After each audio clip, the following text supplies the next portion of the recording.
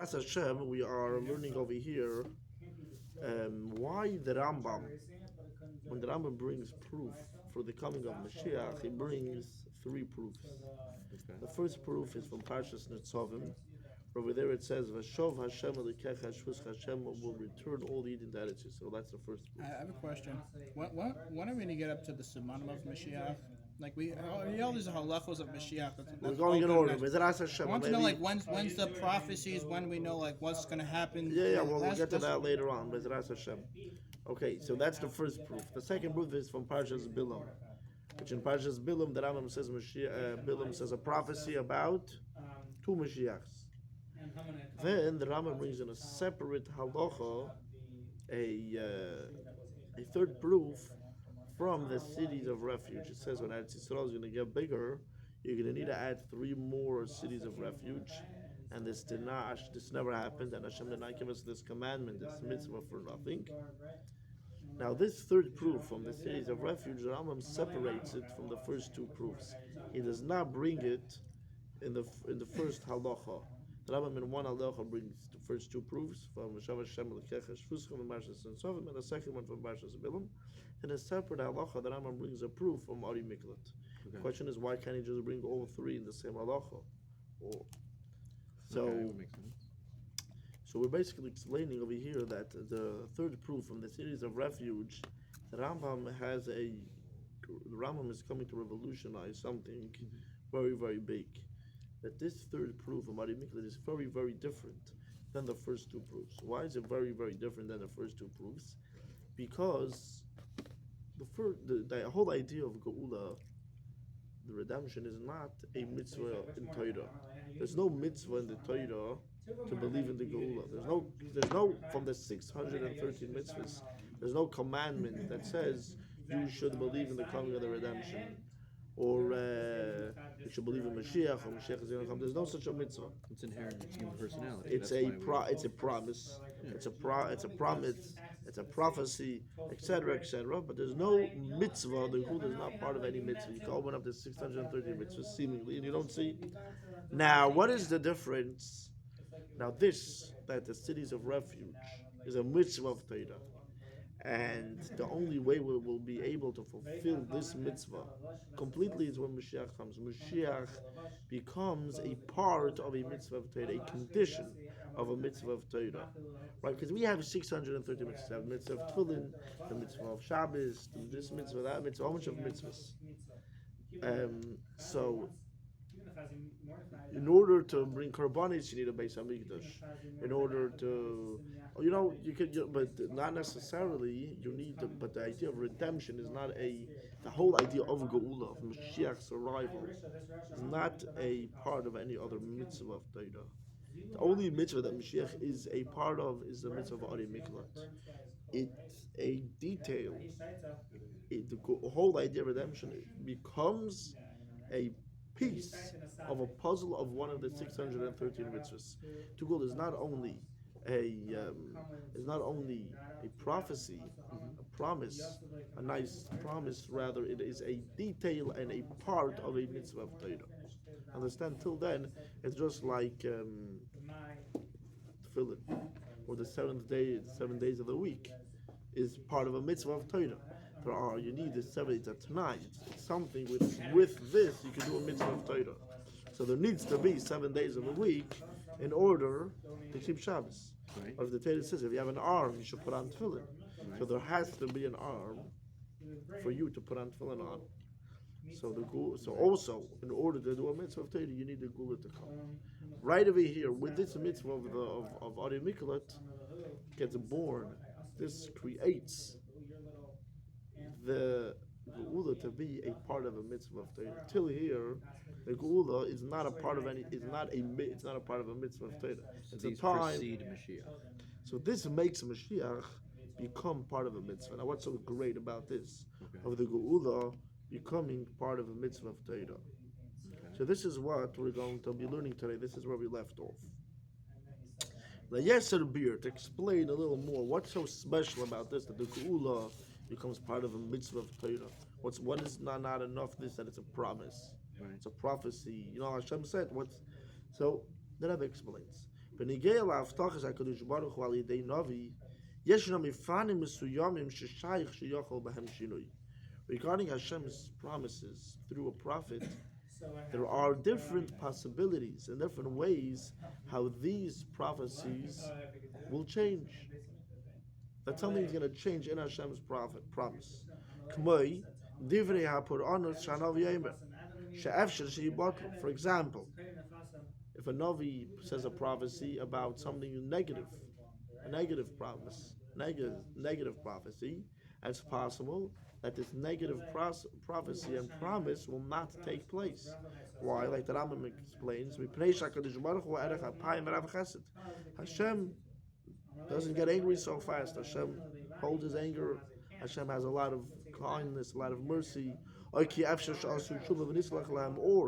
could be that the Jewish people returned to Hashem, they fixed their Avedis, and therefore, because they did Tshuva, Hashem forgive them already for their Aveda that they did, so Hashem will not punish them. So even though Hashem promised that He's going to bring something negative on the Jewish people, nevertheless, it does not need to take place. It can, but it doesn't need to. I want to make sure of the distinction. Yeah, what? It can take place, but it doesn't need. It doesn't must take place. It's able that if Hashem wants, He can just decide not to make can this be a negative. precursor, Hashem but could not just necessary. decide, you know what, I'm not going to punish them. Or if they do tshuva, Hashem won't punish them. Right. So which means it's a promise, but it's not for sure 100% need to happen. It's a possibility. It could happen. It could be that it won't happen. But it's not something firm. It's not like it must take place. Anything negative is mostly a warning. Anything positive is It must happen. Exactly. That's the difference. got it. Okay, just want to. But here it says something interesting. And even a good promise.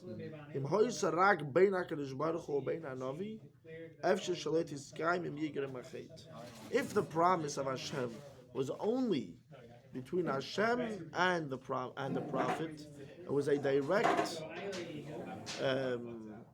prophecy. The prophet did not give over to the Jewish people the good prophecy. Hashem just told it to the prophet. The prophet was there Go by back himself. a second. I missed it.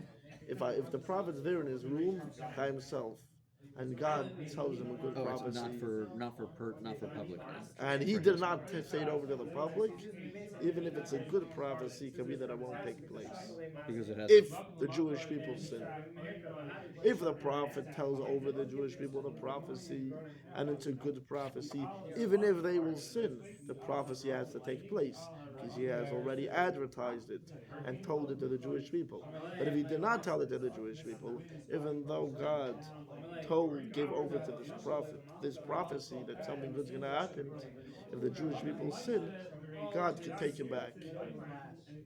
It's not the prophecy that takes place. It's once it becomes spoken. Public, exactly. Got it. Exactly. Got it. I understand. And so there could be people out there that are prophets that are not prophets because they haven't actually spoken what they. They can be prophets, but they're not telling over the prophecies to the Jewish people. Right. Okay. Then move on. From this it's understood. Shegam kasher baruch shaftachas hanovi tiskayein. So from all of this, what do we understand? That even if it's a case that we know for a fact that what this prophet is saying is for sure going to happen. Why? Because it's a good prophecy that the prophet told it over to the Jewish people. So it's for sure going to take place. It's not possible to say that it won't take place. There's no reason that it shouldn't take place. Right? Only if it's a negative prophecy, even though he told it to the Jewish people, it could be that it won't take place. But if it's a good prophecy, it has to take place. Like the Rambam writes, like the Rambam says, any good thing that God will decree, it must take place, even if it's on a condition. If you do so and so, then I will give you this and this blessing. It doesn't make a difference. It must take place if it's a good prophecy. Like the Rambam explains in his commentary to the Mishnayos. Like the Rambam explains, when Hashem will tell over a prophet to tell the Jewish people a good prophecy, to tell them a good news, it must take place. It's not possible that because of any type of a sin, the prophecy won't take place. It must take place when it's a good prophecy. And it's been spoken. Even it's been spoken to the Jewish people, right? So what do we see? We just it says, "Ein ze b'pnei she'avtacha sh'alei novi be'etzem ein netenes l'shinui." This that the good prophecy must take place. It's not because whatever a prophet says must take place. Like we just said, if it's a negative prophecy, it won't take place. Right? It's a warning. It's a warning. Right, so this that a good prophecy will take place.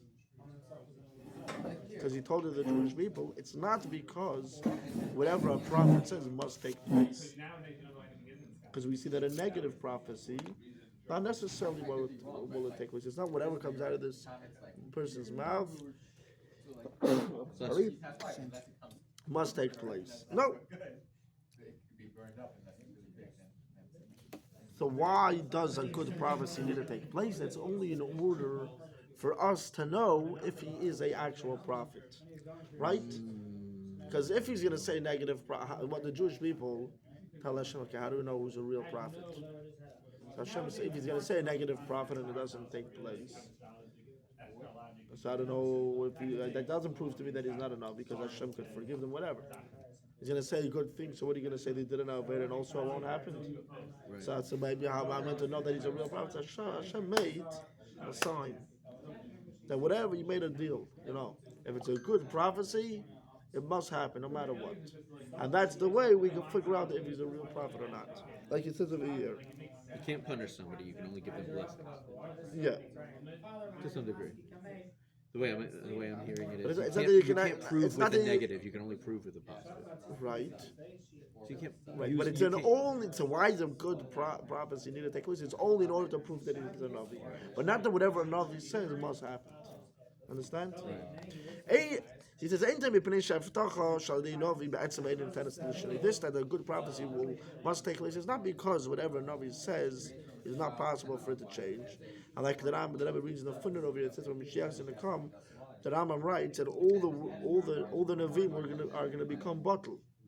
All the prophecies are going to become bottled. Only prophecy that we're going to have is Megillas Esther. That's the only book of prophecy that's going to continue lasting. So what do we see? Prophecies don't need to necessarily on their own must happen. It's not whatever, but in essence, it doesn't need to for sure take place. It's not whatever comes out of Navi's mouth must take place. It's something technical. Technically, Hashem makes it, that it should happen when it's a good prophecy, but not that in essence it's not possible that it shouldn't change.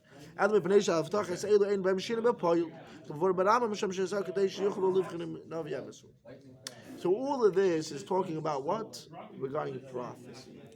But it's not so when we're talking about the eternity of Torah and mitzvahs.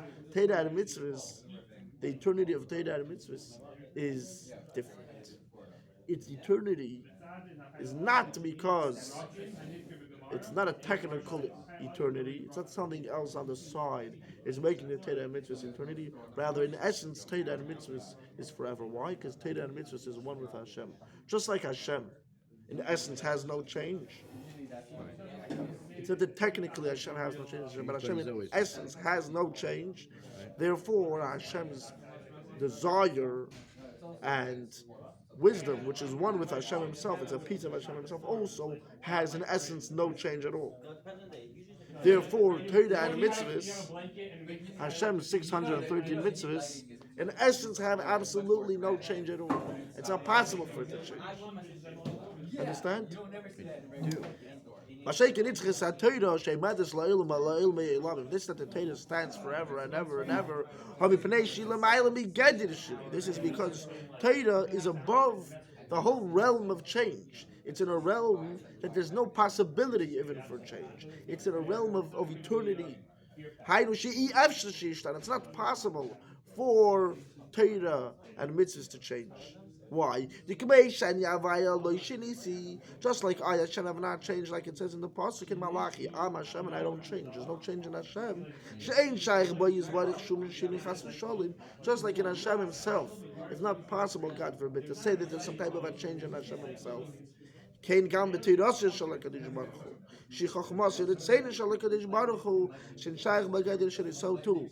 And Hashem's Torah, Hashem's wisdom, Hashem's desire, it's not shaykh, it's not possible. There's no concept at all of changes over there. It's above change. It's essence. It's Hashem's essence. It's something that lasts forever and ever and ever. Says the Rebbe, according to this, we understand how great it is that the Geula is a part of a mitzvah of Torah. It's not only a promise, it's not only a prophecy, it's not only positive prophecy or a promise. Rather, it's part of a mitzvah of Torah. That's why the Rambam separates this proof from the coming of Mashiach when Mashiach is part of a mitzvah of Torah. And when they move in